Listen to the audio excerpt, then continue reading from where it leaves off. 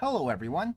In today's video, I'm going to show you how to fix your device isn't compatible with this version of Android.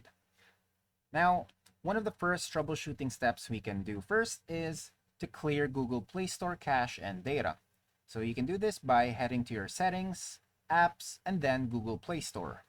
Now from there, tap on storage and cache. Next, select clear cache and then clear storage. After that, you can also give your device a reset so that it can properly integrate the cache clearage. Next, you can also try uninstalling Google Play Store updates. So to do this, go to Settings, Apps, and then Google Play Store.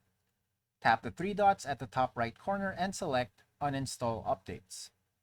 Confirm the action, and then try downloading the app again.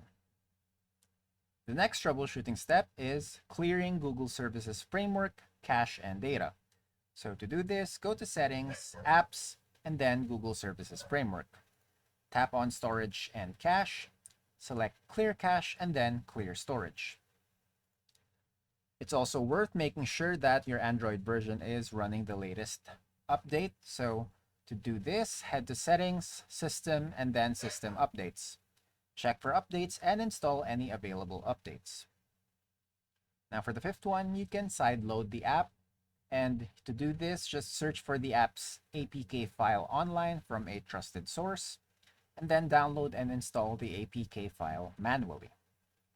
Lastly, you can also try a different app store. So use alternative app stores like Amazon App Store or APK Mirror to download the app.